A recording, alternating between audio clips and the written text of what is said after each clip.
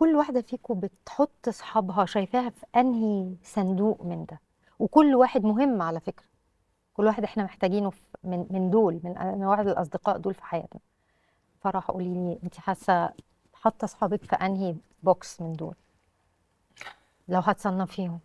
هما مش مرحلة، ولا هما صحاب جم وراحوا، ولا هما صحاب سبب. لا، هما اخواتي. يعني انا بالنسبة لي هما تالت صندوق. هما صحاب بالنسبة العمر. لي صحاب العمر بالظبط. فرح. وليه؟ وليه؟ امم.